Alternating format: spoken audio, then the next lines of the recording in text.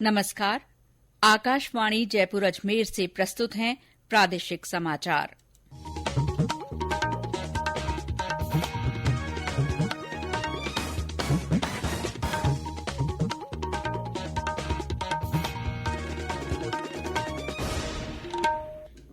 मुख्य समाचार। केंद्रीय मंत्री डॉक्टर जितेंद्र सिंह ने कहा, स्वच्छता अभियान का दूसरा चरण 2 अक्टूबर से 31 अक्टूबर तक चलाया जाएगा। मुख्यमंत्री अशोक गहलोत ने महिला निधि वित्तीय संस्था का शुभारंभ किया। महिला समानता दिवस पर जिलों में भी कार्यक्रम आयोजित। प्रदेश के सरकारी विश्वविद्यालयों और कॉलेजों में छात्र संघ चुनाव के लिए मतदान शांतिपूर्वक संपन्न। मतगणना कल। मुख्यमंत्री अशोक गहलोत ने धौलपुर जिले के बाढ़ प्रभावित क्षेत्रों का हवाई सर्वे किया। बीसलपुर बांध के 2 गेट खोलकर करीब 6,000 क्यूसेक अतिरिक्त पानी की निकासी। और राज्यपाल कलराज मिश्र ने कहा, कोविड काल में आयुर्वेद की प्राचीन परंपरा का महत्व और उपयोगिता एक बार फिर सिद्ध हुई।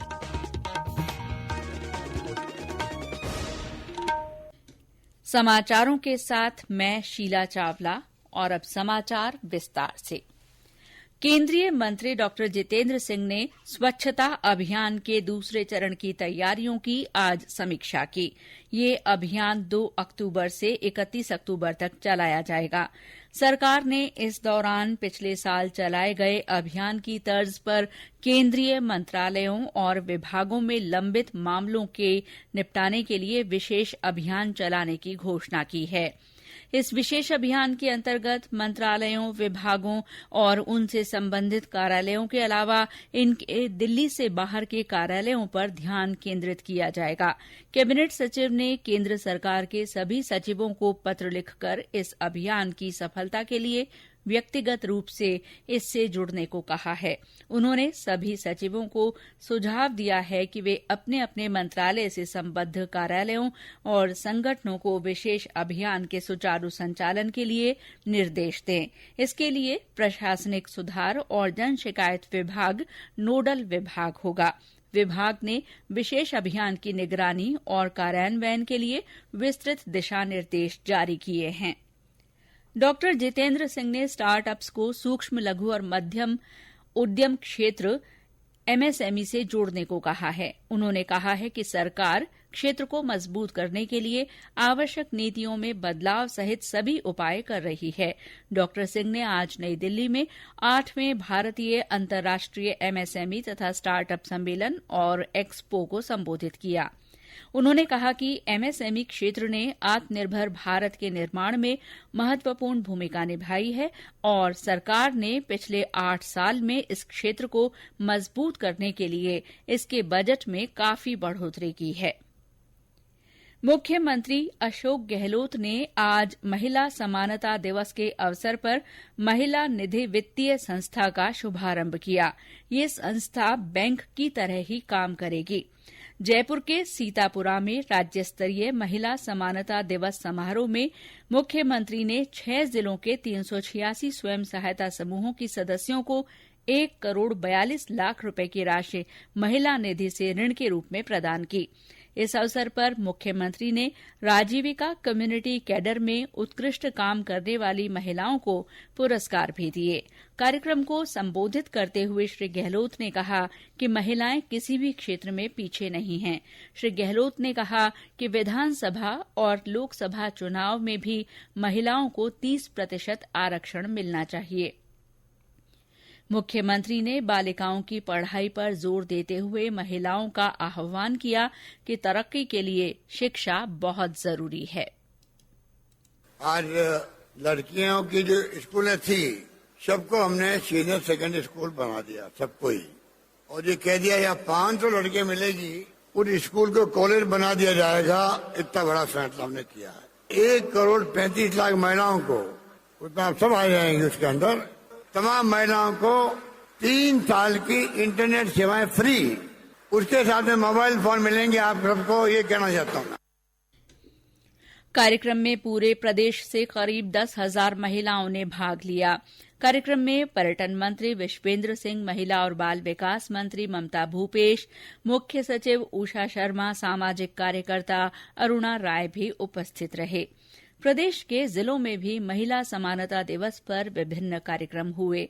झुंझुनू में आयोजित कार्यक्रम में जिला कलेक्टर ने विभिन्न योजनाओं के लिए पात्र महिलाओं को योजना लाभ के पत्र या चेक सौंपे। करौली में महिला सशक्तिकरण कार्यक्रम हुआ। इसमें राजीविका की महिलाओं द्वारा विभिन्न उत्पादों की प्रदर्शनी लगाई गई। झालावाड़ में 955 स्वयं सहायता समूहों को 9 करोड़ 71 लाख रुपए से अधिक की राशि के चेक प्रदान किए गए। बीकानेर में राजीविका से जुड़ी 124 महिला स्वयं सहायता समूहों की महिलाओं को विभिन्न बैंकों के माध्यम से 1 करोड़ 87 लाख रुपए से अधिक के ऋण वितरित किए गए। प्रदेश के सरकारी विश्वविद्यालयों और कॉलेजों में छात्र संघ चुनाव के लिए मतदान छुटपुट घटनाओं को छोड़कर शांतिपूर्वक संपन्न हो गया। इन चुनावों के लिए भारी सुरक्षा के बीच सुबह 8 बजे से दोपहर 1 बजे तक वोट डाले गए। कल सुबह 10 बजे से मतगणना शुरू होगी, जिसके बाद परिणाम घोषित किए जाएंगे। आज सुबह से ही विश्वविद्यालयों और कॉलेजों के आसपास विद्यार्थियों की भारी भीड़ रही। वोट देने जाने वाले मतदाताओं को प्रत्याशियों और उनके समर्थकों ने अपने पक्ष में करने में कोई कसर नहीं छोड़ी। मतदान के दौरान बीकानेर में विद्यार्थियों को पुलिस ने लाठीचार्ज कर खदेड़ दिया। कोटा में वोटिंग के दौरान छात्रों ने हंगामा किया। उदयपुर में कॉमर्स कॉलेज के बाहर प्रत्याशी के समर्थन में पर्चे बांट रहे 3 विद्यार्थियों को पुलिस ने हिरासत में ले लिया। जयपुर के राजस्थान विश्वविद्यालय, जय नारायण व्यास विश्वविद्यालय जोधपुर, कोटा विश्वविद्यालय और मोहनलाल सुखाड़िया विश्वविद्यालय उदयपुर के नतीजों पर सबकी नजरें टिकी हैं। ये समाचार आकाशवाणी जयपुर अजमेर से प्रसारित किए जा रहे हैं। कंपटीशन की अगर आप कर रहे हैं तैयारी, तो उनके लिए ऑल इंडिया रेडियो पर हम लाए हैं अभ्यास, एक ऐसा कार्यक्रम जिसमें आप पूछेंगे सवाल व्हाट्सएप नंबर 9289094044 पर, या फिर ईमेल करेंगे abhyas.airnews@gmail.com पर, और हमारे विशेषज्ञ देंगे इसका जवाब। आपका अभ्यास हमारा प्रयास।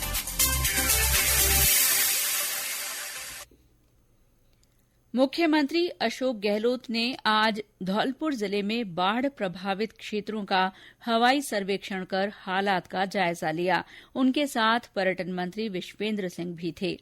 राजाखेड़ा उपखंड के अंडवा पुरैनी में ग्रामीणों से बातचीत में मुख्यमंत्री ने कहा कि सरकार उनकी हर संभव मदद करेगी। टोंक जिले के देवली उपखंड में बनास नदी पर बने बीसलपुर बांध के 2 गेट आज सुबह खोल दिए गए। बांध से करीब 6000 क्यूसेक पानी छोड़ा जा रहा है। बांध की पूरी भराव क्षमता 315.5 आरएल मीटर पहुंचने पर विधिवत पूजा अर्चना के बाद जिला कलेक्टर चिन्मयी गोपाल ने परियोजना के अधिकारियों के साथ बटन दबाकर बांध के 2 गेट खोले। इससे पहले बांध डाउनस्ट्रीम में सायरन बजाकर लोगों को सचेत किया गया। बांध बनने के बाद ये छठा मौका है जब बीसलपुर बांध के गेट खोलकर पानी की निकासी की जा रही है। बांध बनने के बाद 2004 में पहली बार और 2019 में 5वीं बार बांध के गेट खोले गए थे। बीसलपुर बांध से टोंक, अजमेर और जयपुर जिले के 1 करोड़ से ज्यादा लोगों के लिए पेयजल की आपूर्ति होती है। बांध छलकने की स्थिति में इस साल रबी की फसलों के लिए नहरों में पानी छोड़ा जाएगा। नहरों में छोड़ने के लिए बांध का 8 टीएमसी पानी निर्धारित किया गया है। इससे टोंक जिले के करीब 3 लाख किसानों की 2 लाख हेक्टेयर भूमि सिंचित होगी।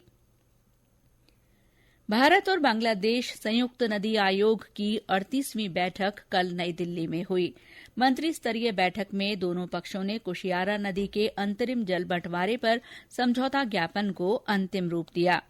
भारतीय पक्ष का नेतृत्व केंद्रीय जल शक्ति मंत्री गजेंद्र सिंह शेखावत ने किया, जबकि बांग्लादेश का प्रतिनिधित्व जल संसाधन राज्य मंत्री जाहिद फारूक ने किया। ये बैठक इसलिए भी महत्वपूर्ण थी क्योंकि इसका आयोजन 12 साल के अंतराल के बाद किया गया था।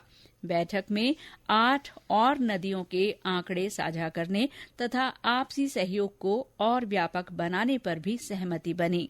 भारत बांग्लादेश संयुक्त नदी आयोग 1972 में गठित किया गया था। राज्यपाल कलराज मिश्र ने कहा है कि कोविड काल में आयुर्वेद की प्राचीन भारतीय परंपरा का महत्व और उपयोगिता एक बार फिर सिद्ध हुई है। उन्होंने कहा कि कोरोना के दौर में संक्रमण से बचाव और रोग प्रतिरोधक शक्ति बढ़ाने के लिए आयुर्वेदिक काढ़े का सफल प्रयोग इस पद्धति पर आमजन के विश्वास का प्रतीक है। राष्ट्रीय आयुर्वेद संस्थान और विश्व आयुर्वेद परिषद राजस्थान द्वारा अग्निकर्म और जीवन शैली जनित विकारों पर 2 दिन की राष्ट्रीय कार्यशाला के उद्घाटन समारोह को संबोधित करते हुए उन्होंने कहा कि गैर संक्रामक रोगों में भी आयुर्वेद के अंतर्गत और अधिक प्रमाणीकरण के साथ शोध कार्य किए जाने चाहिए। उन्होंने कहा कि आयुर्वेद राज्यों की अर्थव्यवस्था को मजबूत करने और बड़े स्तर पर रोजगार सृजन में भी सहायक हो सकता है। प्रधानमंत्री नरेंद्र मोदी कल से गुजरात के 2 दिन के दौरे पर होंगे। वे कल शाम अहमदाबाद में साबरमती नदी के तट पर खादी उत्सव को संबोधित करेंगे और रविवार सुबह भुज में स्मृति वन स्मारक का उद्घाटन करेंगे। श्री मोदी भुज में विभिन्न विकास परियोजनाओं की आधारशिला रखेंगे और शुभारंभ करेंगे। शाम को वे भारत में सुजुकी के 40 वर्ष पूरे होने के उपलक्ष्य में गांधीनगर में आयोजित एक कार्यक्रम को संबोधित करेंगे। प्रधानमंत्री श्री मोदी खादी को लोकप्रिय बनाने, खादी उत्पादों के बारे में जागरूकता लाने और युवाओं में खादी के उपयोग को बढ़ावा देने के लगातार प्रयास करते रहे हैं। प्रधानमंत्री के इन प्रयासों से वर्ष 2014 से देश में खादी की बिक्री में 4 गुना वृद्धि हुई है। गुजरात में ये वृद्धि 8 गुना रही है। प्रधानमंत्री नरेंद्र मोदी परसों आकाशवाणी के मन की बात कार्यक्रम में अपने विचार साझा करेंगे। ये कार्यक्रम सुबह 11 बजे आकाशवाणी और दूरदर्शन के पूरे नेटवर्क पर प्रसारित किया जाएगा। मन की बात कार्यक्रम प्रधानमंत्री कार्यालय, आकाशवाणी समाचार की वेबसाइट तथा mobile app news on air पर भी उपलब्ध रहेगा। प्रधान न्यायाधीश एनवी रमणा आज सेवानिवृत्त हो गए हैं। न्यायाधीश न्यायमूर्ति यूयू ललित कल प्रधान न्यायाधीश का पदभार संभालेंगे। वे 8 नवंबर को सेवानिवृत्त होंगे। प्रधान न्यायाधीश के रूप में उनका कार्यकाल 3 महीने से भी कम समय का होगा। उच्चतम न्यायालय ने आज से मुकदमों की सुनवाई की कार्यवाही लाइव स्ट्रीमिंग की शुरुआत की है। बहुजन समाज पार्टी के प्रदेश अध्यक्ष भगवान सिंह बाबा आज 1 दिन के भीलवाड़ा दौरे पर रहे। उन्होंने पार्टी कार्यकर्ताओं के जिला स्तरीय सम्मेलन को संबोधित किया। उन्होंने कार्यकर्ताओं को अभी से विधानसभा चुनाव की तैयारी में जुटने का आह्वान किया। भीलवाड़ा जिले के आसींद कस्बे के पास गुर्जर समाज के आराध्य देव सवाई भोज मंदिर के बारे में पर्यटन विभाग की वेबसाइट पर दी गई जानकारी से विवाद हो गया है। वेबसाइट पर लिखा है कि आसींद से सवाई भोज मंदिर खारी नदी के बाएं किनारे पर स्थित है। ये बाघ राव के बड़े बेटे सवाई भोज द्वारा निर्मित है, जो मेवाड़ राज्य के प्रथम श्रेणी के कुलीनों में से एक थे, जिन्होंने राव का पद धारण किया था और सिसोदिया राजपूत के चूड़ावत संप्रदाय से थे। ऐसा लिखे जाने पर गुर्जर समाज के लोगों में आक्रोश है। इस मामले को लेकर सवाई भोज मंदिर के महंत सुरेश दास ने मुख्यमंत्री अशोक गहलोत को पत्र लिखकर वेबसाइट पर लिखे गए तथ्य को सही करवाने की मांग की है। और अंत में मुख्य समाचार एक बार फिर। केंद्रीय मंत्री डॉक्टर जितेंद्र सिंह ने कहा है कि स्वच्छता अभियान का दूसरा चरण 2 अक्टूबर से 31 अक्टूबर तक चलाया जाएगा। मुख्यमंत्री अशोक गहलोत ने महिला निधि वित्तीय संस्था का शुभारंभ किया। महिला समानता दिवस पर जिलों में भी कार्यक्रम आयोजित किए गए।